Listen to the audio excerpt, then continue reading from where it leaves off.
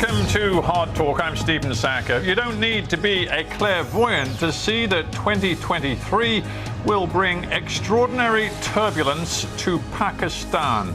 Rampant inflation, an energy crisis, soaring national debt. These are challenges that would test the strongest of governments. But in Pakistan, the ruling coalition is weak, and Imran Khan's PTI opposition party is doing all in its power to bring it down. My guest is senior PTI official Fawad Chaudhry. Could political opportunism be the undoing of Pakistan?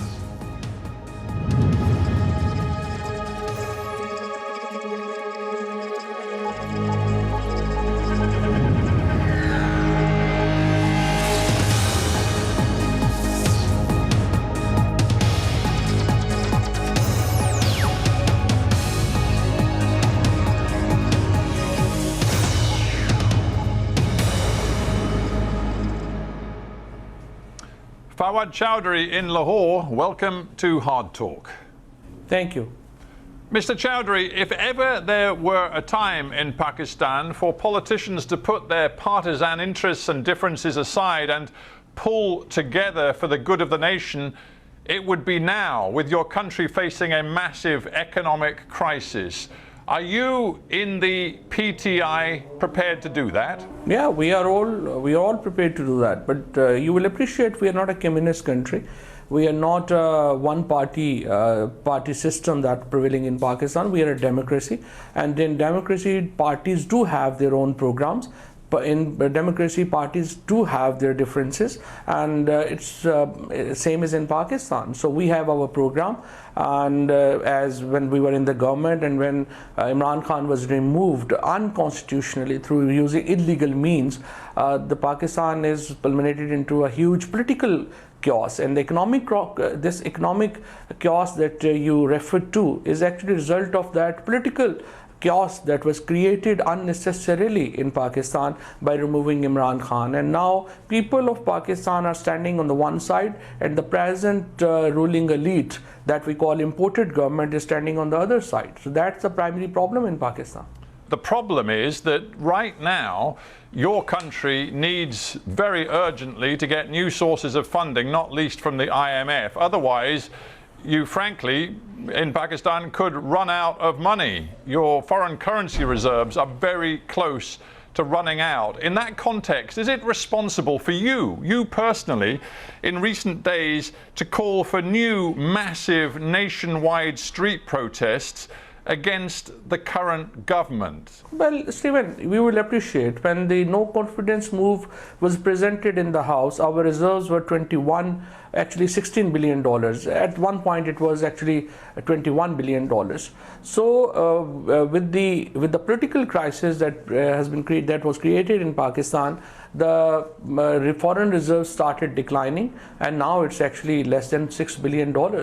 Primarily, this all happened because of the political uncertainty that has been created in Pakistan. And, the present, the PDM government, as we obviously most of the Pakistanis would call it an imported government, has actually miserably failed to create certainty about their policies. So they have no plan, they have no economic plan, they have no administrative plan. Economy is obviously going down, terrorism is getting back into Pakistan, and we frankly have no idea that who will rule Pakistan after 3 months or 5 months. And as all the surveys points out, that this government is one of the most unpopular government in Pakistan. So you will appreciate that without political stability, how can you even imagine to have economic stability? Isn't there a little bit of humility in order from you and your colleagues in the PTI? After all, the devaluation of the rupee, soaring inflation, soaring national debt, these are all economic problems which you left as your legacy after being in government since 2018 until April 2022. Well, that's not correct actually. when we took over, Pakistan was in shambles, and when we left Pakistan, as per the Economic Survey of Pakistan, released by this government, were progressing. Our economy was at was growing at the rate of 6%, 5.57%, and then this year 6%, and that despite Corona. The way Pakistan fought Corona is actually praised by even BBC and even by all independent publications. The way we handled economy in the Corona times, despite all the challenges that Imran Khan government was facing, was remarkable. And we created 5.5 million jobs. Large-scale manufacturing actually was 10% or more. Was growing with 10% or more. It's important to differentiate between rhetoric and facts. I mean, a simple fact is that the national debt when you came into power was something around $116 billion. By the time you left office, it was something over $230 billion. And debt is at the heart of Pakistan's problems. So, as Sherry Rehman, a minister in the current government, said, she said there should be warrants issued against the PTI leadership for destroying the country's economy. And many Pakistanis would agree. Well, frankly, I don't, no one cares what she says, but frankly, the debt that we obtained was to return the debt that they obtained. So this is a vicious circle that actually Sharif and Zardari government placed Pakistan in, and that's the problem. So we had to have get the debt to basically return the short-term debts, and now actually we restructured debt. But after this turmoil, everything has literally gone out of the window. So they don't know what to do. We were doing really well as far as economy is concerned. Yeah, I don't think the figures really bear that out, Mr. Chaudhry, but it's about promises made and promises not kept, isn't it? You say that you believe this government will be gone. You said within months, you think. But the truth is, many Pakistanis think back to what promises were made by your government when you came to power, and they look at whether you actually kept them, and they would argue, I think many, that you didn't. For example, you said you were going to root out corruption in Pakistan. The truth, again, the fact is that by the time you left office, Pakistan had fallen down the internationally recognized corruption perception index by 20 places. You were getting more corrupt as a nation, not less, under Imran Khan. Well, frankly, Imran Khan gave Pakistan probably one of the cleanest government of 75 years. Not a single corruption scandal can be attributed to the cabinet or to Imran Khan.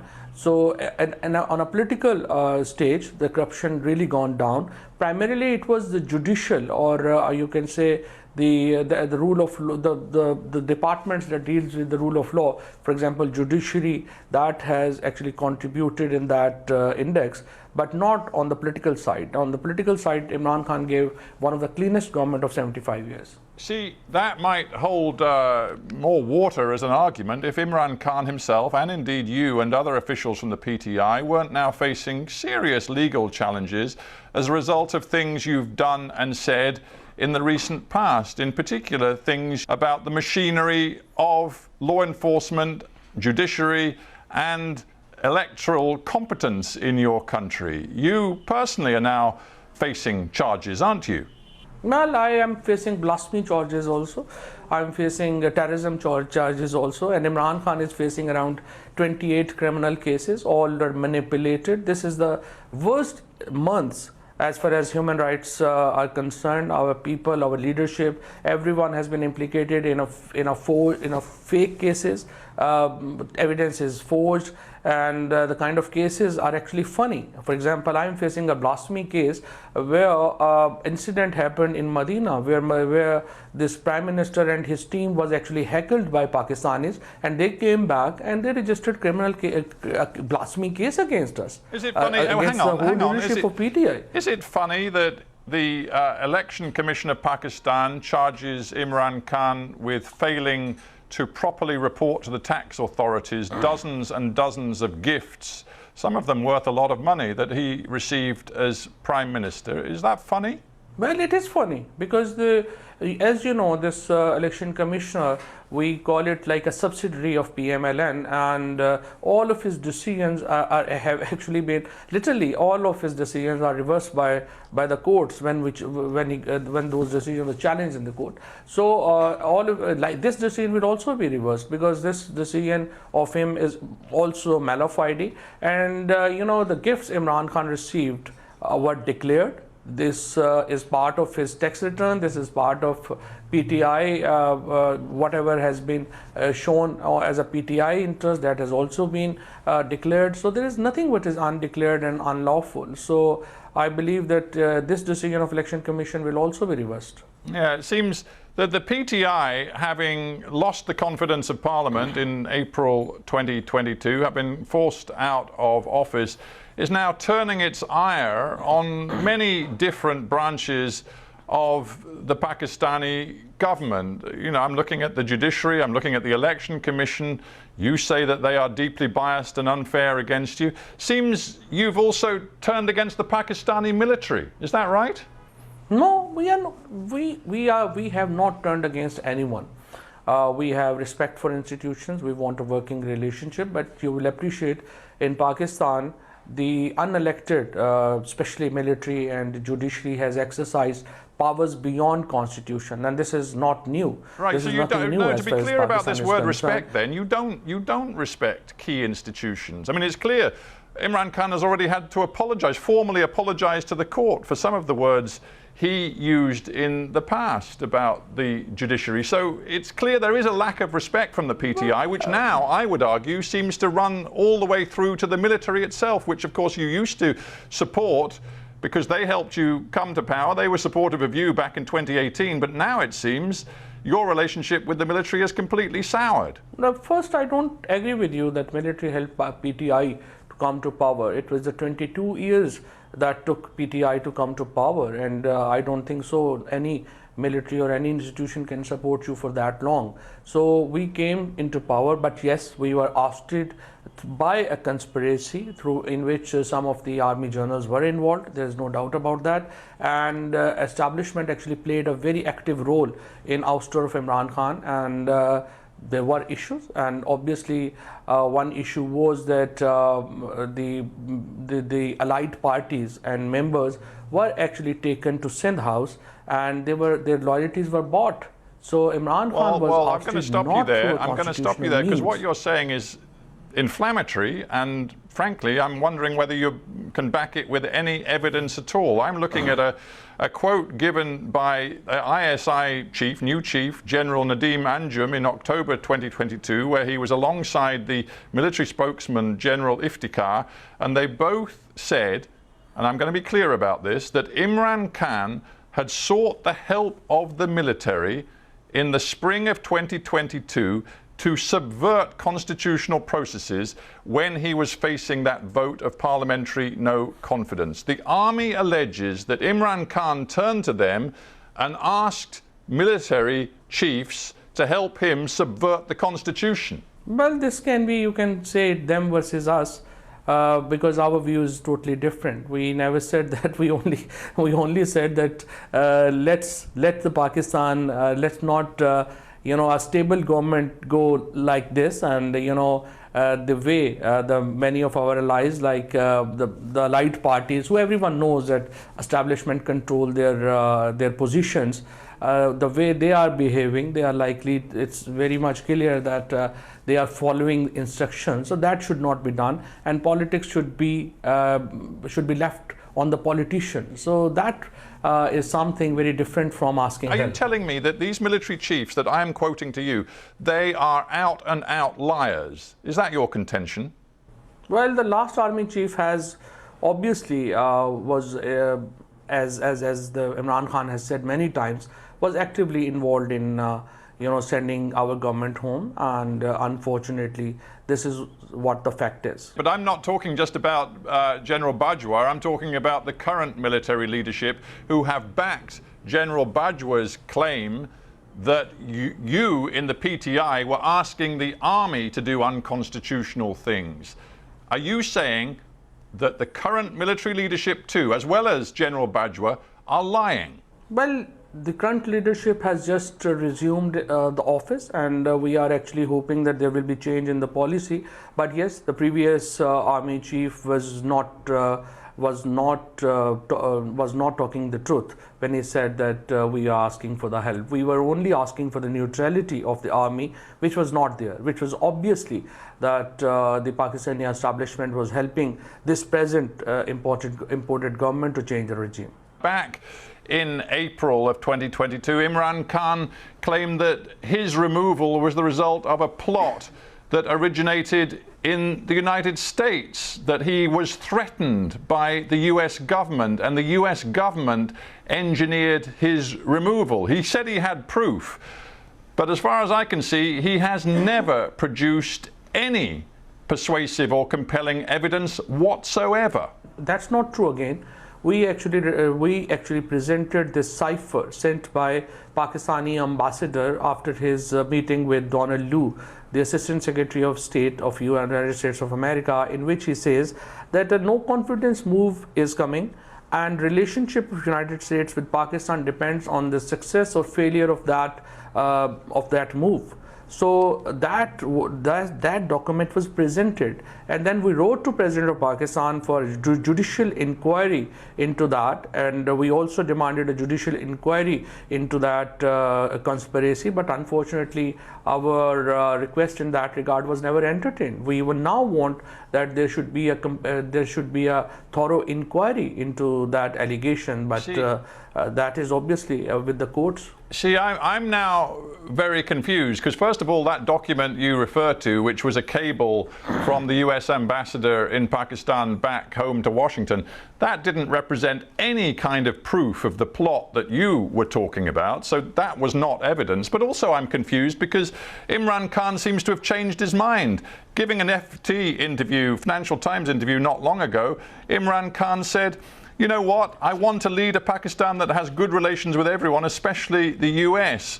He said he wanted a dignified relationship with the US. So it seems he's changed his view of the United States. He used to say that they were launching a coup against him, and now he says he wants a good relationship with them. No, we never said that we want to get into war with the US. We always want a good relationship with the United States, and the kind of international position that USA carries as a superpower.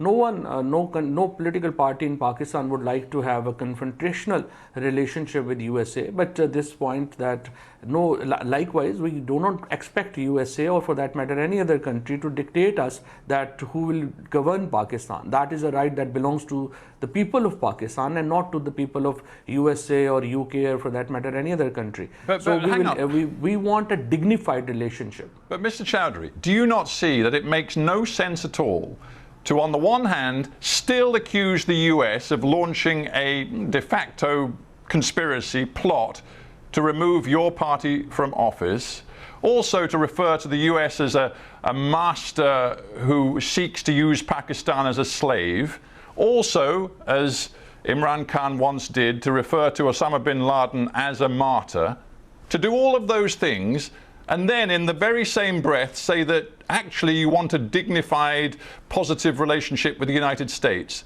The two things do not go together. That's not correct. Number one, Imran Khan never said that Osama bin Laden is a martyr. There was, yes, in a one speech, this was just a slip of the tongue, and it was clarified on the same very hour. But I don't know why. How can you refer that statement of him as his position? This is not his position. Number one. Number two, we had very good relationship with the United States of America. When we came to power, actually there was no relationship of Pakistan and the United States, and we developed that. And let me again remind you that when the Taliban took over Afghanistan, Pakistan helped evacuation of 300,000 Western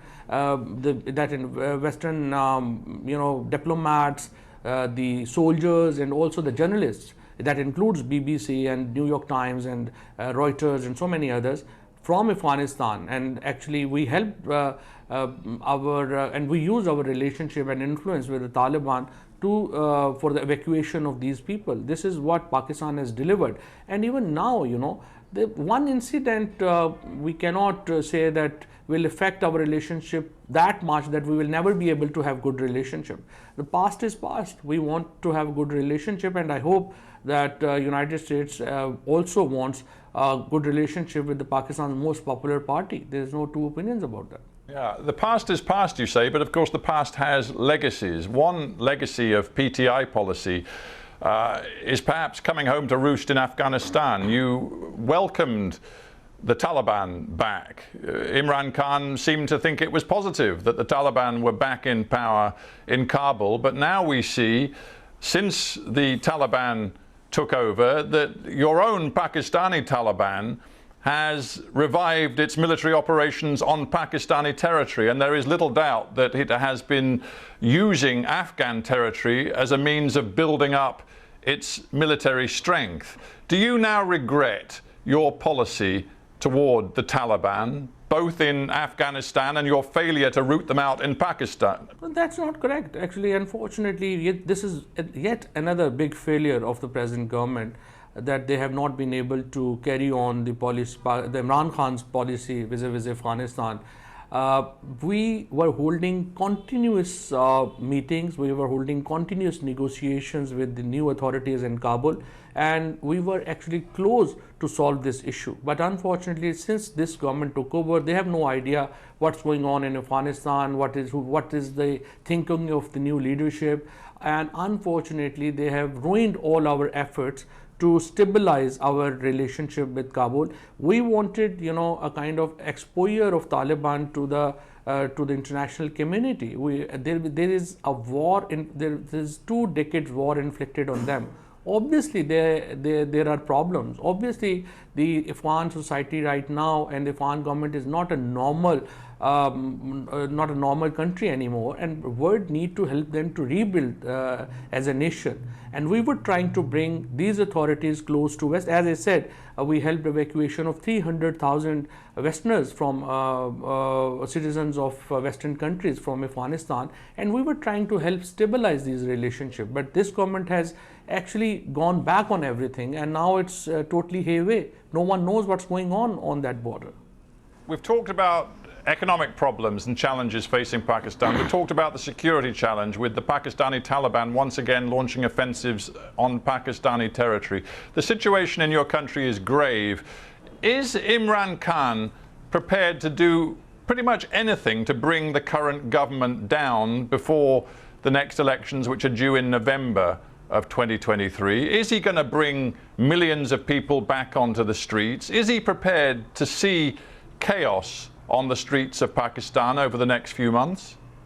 Well, frankly, we can wait for elections. We have no problem. But this government is not ready to hold elections. They are not ready to hold elections, even local government elections, even in a city like Islamabad. They are not ready to do that, because they know that whenever they will face people, they will be ousted. Their people are angry on them. They cannot go even out in the market to eat food, because they are heckled and people make jokes on them.